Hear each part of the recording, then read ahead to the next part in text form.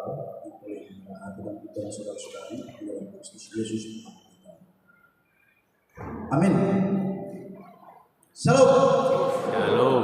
Firman Tuhan buat kita pada hari ini di minggu kedua setelah Trinitatis diambil dari kitab 1 Samuel pasal 8 ayat 4 sampai ayat yang ke-11. Saya bacakan kepada kita, mari kita mengikuti di dalam hati kita masing-masing. Beginilah firman Tuhan. Sebab itu berkumpullah semua tua-tua Israel. Mereka datang kepada Samuel di Rama dan berkata kepadanya, "Engkau sudah tua dan anak-anakmu tidak hidup seperti engkau.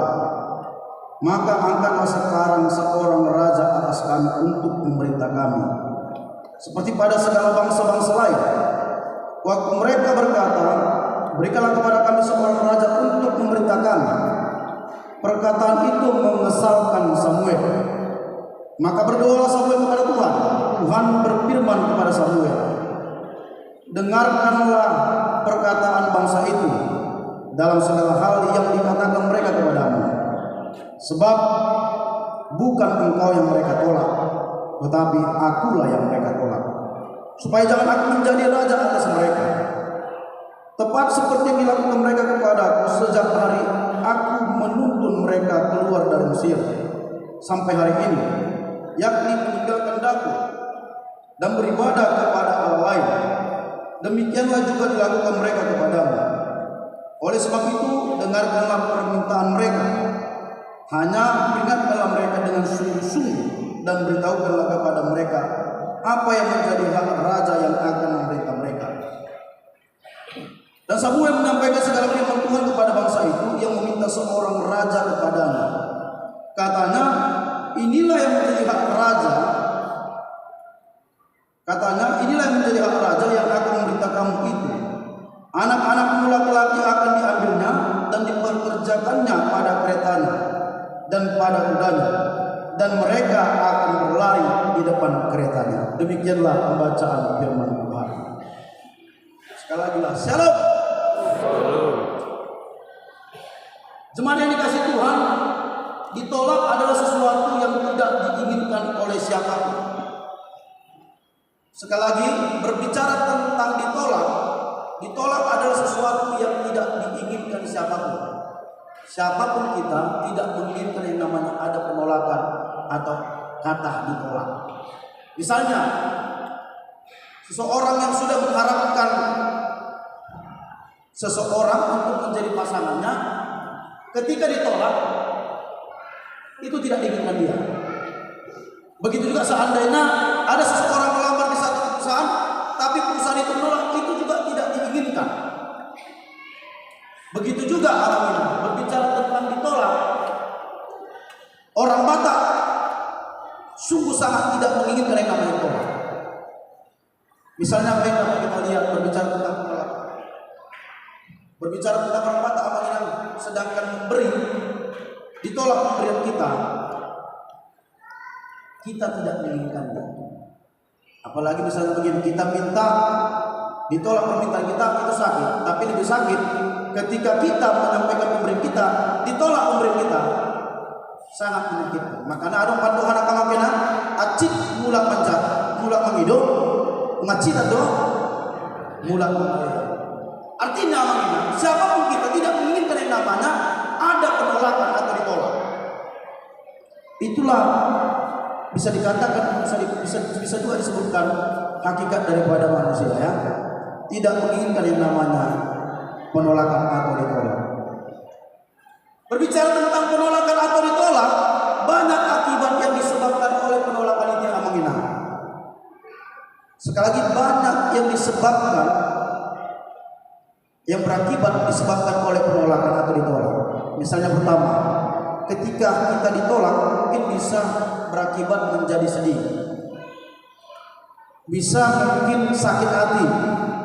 Bahkan yang paling sadisnya ketika kita ditolak, adanya yang berakhir sampai bunuh diri. Baru-baru ini ada kejadian di TikTok, tapi lebih tepatnya peristiwanya di Cina. Ketika ada seorang laki-laki meminta sesuatu dengan pasangannya. Waktu itu minta dona lama ginanya, dia cetik pacarnya. Asian, sebenarnya mah jawab bahasa tawa ini. Asian, belikan dulu McDonald sama aku, lapar kali aku. Apa kata pacarnya menginap? Belilah sendiri. Datang laki-laki tadi mengatakan, nggak ada lagi duitku. Duitku kan aku kasih semuanya samamu. Apa kata pacarnya teman menginap? Dia katakan seperti ini. Perbanyaklah kerja supaya lebih banyak duitmu. Ketika ditolak, apa yang dilakukan menginap? Pergi dia ke jembatan yang ada di Cina. Lompat dia dari jembatan itu. Artinya apa yang saya katakan dari peristiwa itu? Tidak menginginkan siapapun ada namanya penolakan itu. Makanya itu bisa dikatakan bahkan menjadi viral. Bahkan orang-orang Cina merayakan tentang cinta sejati daripada laki-laki. Walaupun salah dari kita. Tapi itulah yang namanya penolakan itu berakibat banyak. Salah satunya bunuh. Begitu juga ada juga berakibat dengan yang namanya tersinggung. Dan inilah yang terjadi di dalam konteks nats ini. Ada yang tersinggung. Siapakah itu? Samuel.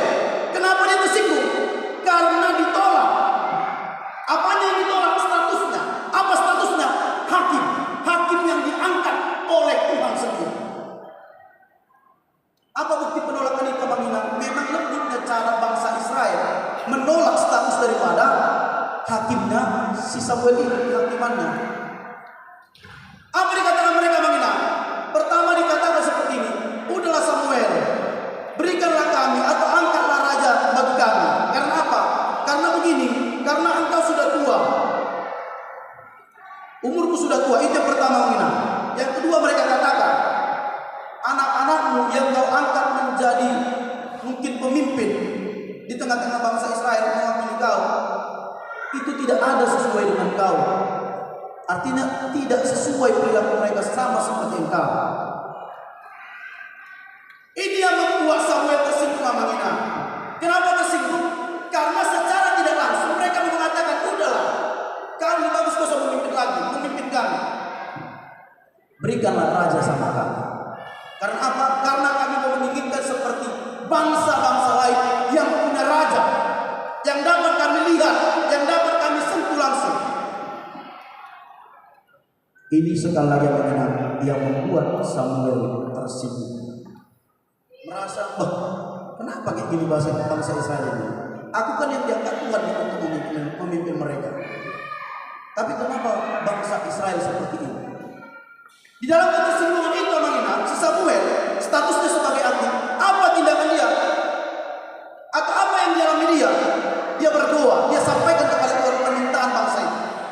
Tapi sebelum Tuhan jawab permintaan bangsa itu, Tuhan terlebih dahulu menguatkan hamba-Nya. Makanya tadi topik minggu kita mengingat Tuhan menguatkan hamba-Nya. Dengan cara apa Tuhan menguatkan hamba-Nya mengingat? Dengan perkataan yang dikatakan oleh Tuhan. Tuhan katakan seperti itu. Memang ngeri. Tapi penolakan itu bukan terlebih dahulu engkau rasakan. Kalaupun mereka menolak engkau, sebenarnya yang ditolak mereka adalah aku. Tapi penolakan itu sudah saya alami terlebih dahulu daripada engkau. Apa buktinya mengingat? Dikatakan Tuhan langsung kepada Samuel, akunya yang membebaskan mereka dari tanah sihir. Akunya yang menolong mereka, tapi mereka sanggup menolak aku dengan cara beribadah kepada Allah lain. Itu jelas tadi. Mereka tolak saya. Artinya, kalau engkau ditolak saat ini, aku sudah terlebih dahulu mendapatkan penolakan itu. Jelas aku sudah menolong mereka, aku sudah menuntun mereka. Tapi itulah memang tantangan daripada hamba. Artinya apa? Ada penghiburan, ada penguatan yang dilakukan oleh Tuhan kepada Samuel, supaya tidak menyerah dia menghina, supaya tidak jatuh dia, tetap dia melakukan apa yang menjadi tugasnya. Walaupun pada akhirnya oke lah, kita wujudkan permintaan mereka. Tapi pada akhirnya menghina, dikasih tahu Tuhannya apa konsekuensi daripada yang mereka minta. Tapi sebenarnya yang kita lihat ketika kita menolak status hamba, itu sama saja menolak Tuhan. Tuhan juga dalam teks firman Tuhan pada hari ini yang tersinggung juga. Karena apa?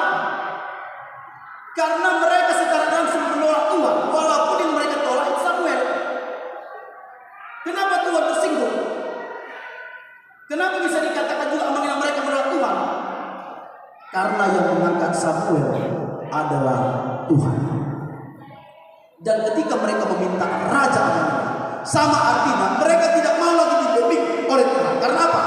Karena sebelum masa kerajaan itu masa namanya pemerintahan teokrasi, yang dimana dipimpin oleh Tuhan sendiri. Walaupun ada si Samuel, tapi Samuel hanya perantara saja. Tapi mereka tidak mau dipimpin secara langsung oleh Tuhan. Mereka maunya dipimpin oleh manusia. Itulah raja. Apa yang mau dikatakan firman Tuhan pada hari ini? Yang mau dikatakan firman Tuhan pada hari ini, yang namanya hamba pasti ada tantangan. Tantangan itu apa? Bisa berbicara tentang penolakan. Dan itu terjadi di dalam kitab epistel kita di pertanyaan, yang dimana dikaitkan dengan kitab surat Paulus atau Korintus waktu itu menginanya di pertanyaan atau epistel kita tadi. Si Paulus juga mengalami yang namanya penolakan. Penolakan statusnya rasul.